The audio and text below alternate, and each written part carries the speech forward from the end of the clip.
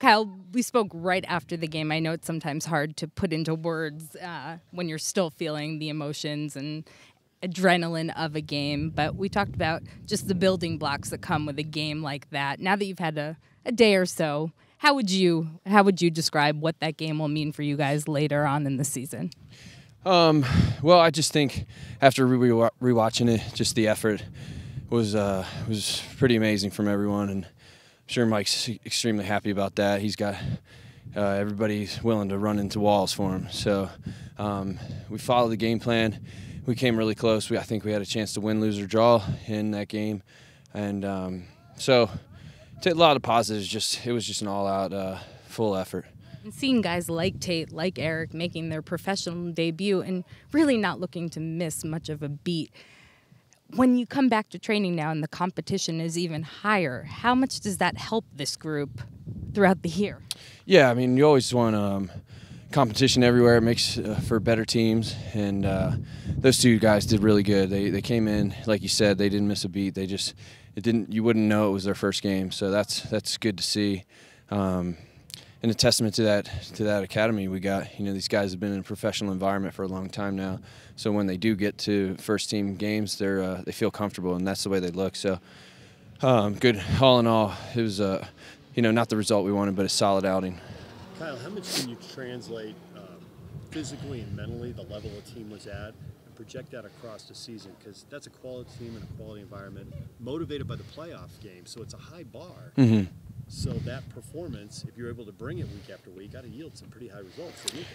Yeah, I mean, every game's different. I mean, we're going to go into this game, and our game plan will be totally different than what it was against them. So, we got to get sharp on the ball and focus on different aspects of the game. So, but we'd like to at least hold that defensive effort and that organization, keep that as a standard, and try and bring that every game in the times when we are playing defense. But we definitely want to be on the ball, dictating the game a bit more.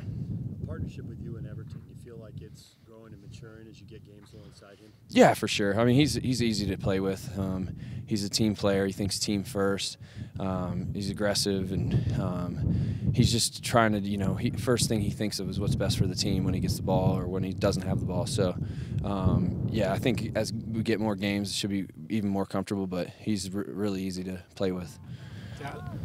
You and Dallas, or the organizations, have probably embraced the academies first, and it's probably no secret why you guys kind of have the most homegrown players. Seeing that develop over these last 3 or 4 years, how important is that for you guys as a club, but then projecting to the whole league? Is that something that the league can really embrace going forward? Yeah, the league, I think it definitely is encouraging it. But I think we didn't have a choice. I think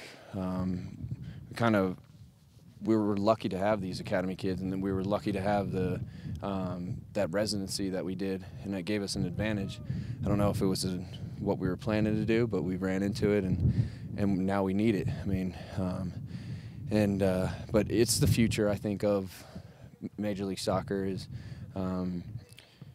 you're starting to see teams kind of go different ways, and it looks like Dallas and us are kind of committed to the academy and have them coming through and then reap those rewards as they keep maturing and getting older.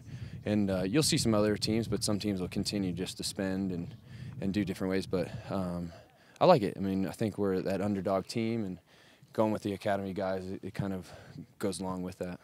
You guys in the preseason talked a lot about focusing on defense. These first few games, generally speaking, have been strong defensively, but in the attack it seems like there's been a lack of chance creating, and I'm wondering how far along do you think the defense is compared to the offense, and what is it going to take to kind of bring them as close together as possible?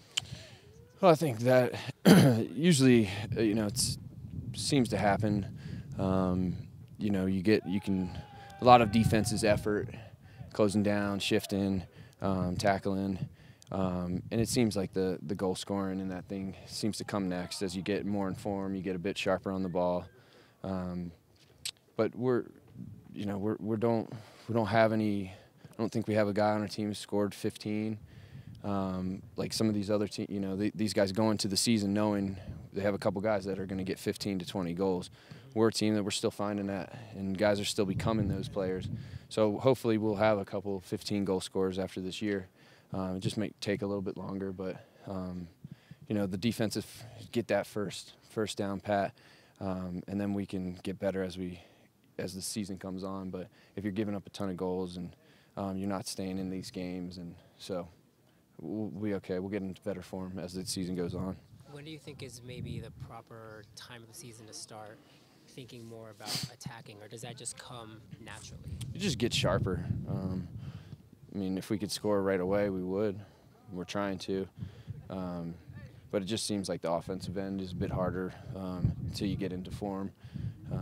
So hopefully we could have an outbreak this weekend and then ride that some momentum going into the rest of the season.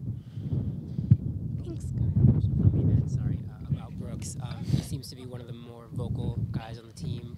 Seems to have some sort of competitive fire, especially in training. How does that kind of affect the team? How does it permeate through the team? How much do you guys get out of that? Yeah, I mean, Brooks is a big part of the team. He's got a great attitude. His work ethic is extremely tough, and he's super competitive. And so you want those guys. You want that in every position.